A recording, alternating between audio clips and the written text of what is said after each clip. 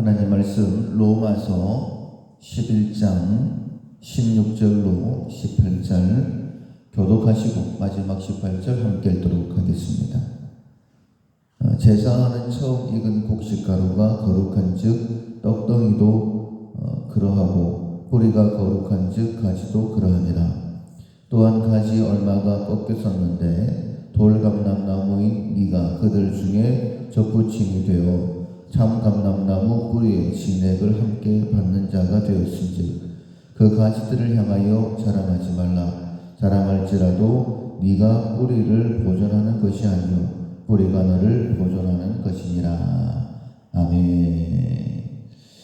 고쳐 다시 쓰는 재활용한다라는 제목으로 함께 은혜를 나누겠습니다.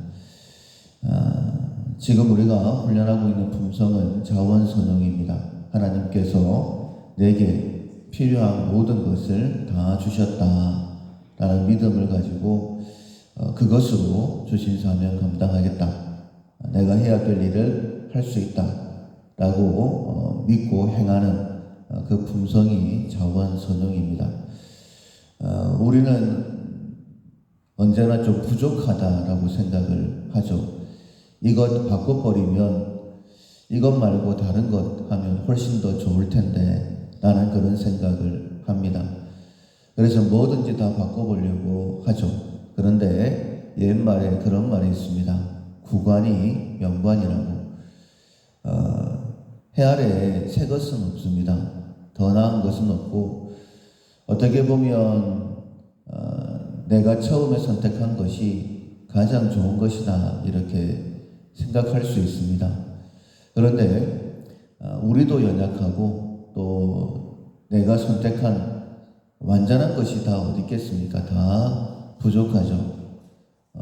그래서 그것을 바르게 세워서 고쳐서 쓰는 것이 필요하다 이렇게 말씀드릴 수 있습니다. 오늘 본문에 보면 제사를 드릴 때에 거룩한 먼저는 가루를 곱게 빻은 가루를 선택을 하죠. 그리고 난 다음에 떡덩이를 만드는데 원래 떡덩이가 거룩한 것이 아니라 가루가 하나님 제사에 합당한 거룩한 것이기 때문에 떡덩이가 거룩한 것이다 이렇게 말씀을 하십니다.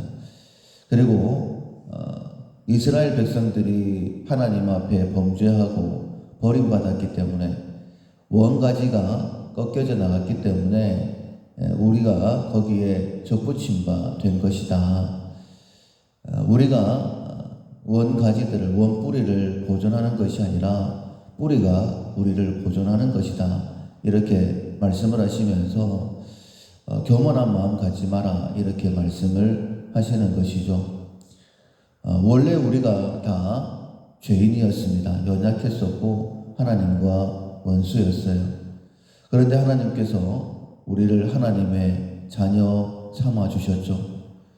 우리도 부족하지만 하나님께서 우리에 대해서 기대를 가지고 우리를 선택해 주시고 그리고 바꿔가시는 과정 가운데에 끝까지 참아 주시는 것입니다.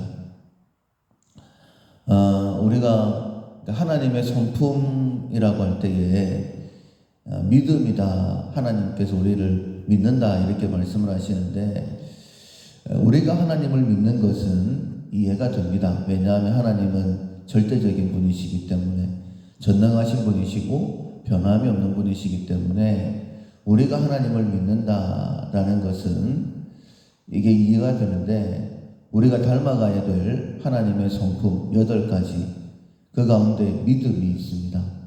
하나님이 왜 믿음이 필요하실까? 특별히 우리를 향해서 어떤 믿음이 필요할까라고 묵상을 해보면 그런 의미죠. 우리가 변화될 수 있다라고 하나님께서 기대하시면서 우리를 믿어주신다라는 거예요. 그것이 하나님의 성품이다라고 말씀하셨습니다.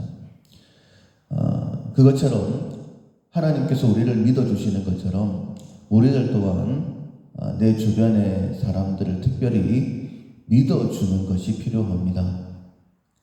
기대하는 마음이 없으면 말하는 것이나 그를 향한 표정이나 눈빛 이런 것들이 오히려 상처가 될 수밖에 없는 것이죠. 우리의 마음속에서부터 기대하는 바가 있어야지 우리가 하나님 앞에서 늘 죄인이고 죄를 반복해서 짓고 있지만은 그래도 하나님 앞에 하나님 잘못했습니다. 제가 변화되겠습니다. 이런 마음 가지잖아요. 그것은 하나님께서 우리를 끝까지 기다려 주시기 때문입니다.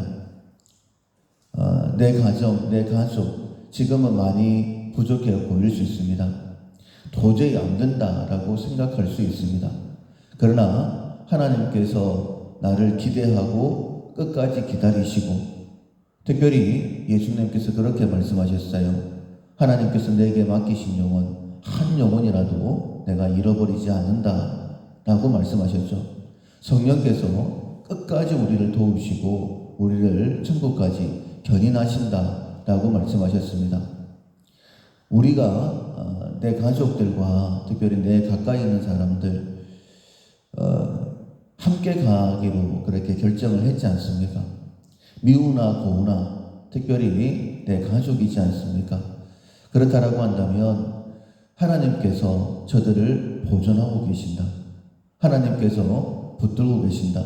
하나님이 포기하지 아니하신 로마서 14장 4절에 있는 말씀처럼 그가 서 있는 것이나 넘어지는 것이나 다 하나님께 있으니 하나님께서 그를 세우실 권능이 하나님께 있다. 이렇게 말씀하셨잖아요. 그러면서 그 전에 이렇게 계속해서 말씀하십니다. 비판하고 판단하고 정죄하지 말라. 그의 넘어져 있는 것을 판단하는 너는 누구냐? 너 또한 넘어져 있다가 세움받은 연약한 존재이지 않느냐? 이렇게 계속해서 말씀하시는 거예요. 세우시는 권능은 하나님께 있습니다. 그러니 바꿔봤으면 좋겠다. 이런 마음이 들 때에 오히려 그 마음을 바꿔야 되는 거예요. 하나님께서 우리를 고쳐 더 온전한 자로 세워주시는 것처럼 하나님께서 내가 사랑하는 가족들, 내 곁에 있는 사람들, 그들 또한 하나님께서 고쳐 사용하기를 원하시는데 그 도구가 내가 되기를 원하신다. 우리는 하나님의 사랑의 통로이고 복의 통로입니다. 하나님께서 나를 끝까지 기대하시면서 나를 바라봐 주시는 것처럼 우리들 또한 끝까지 기대하면서 내 가족들을 바라보고 내 주변의 사람들을 바라보고 그들을 마침내 하나님께서 일으켜 세워주실 때에 하나님의 기쁨으로 그들을 또 기쁘게 맞이할 수 있는 우리 모두가 될 수 있기를 주님의 이름으로 축원합니다. 아멘. 찬송가 335장 찬송가 335장 크고 놀라운 평화가 함께 찬양하시겠습니다.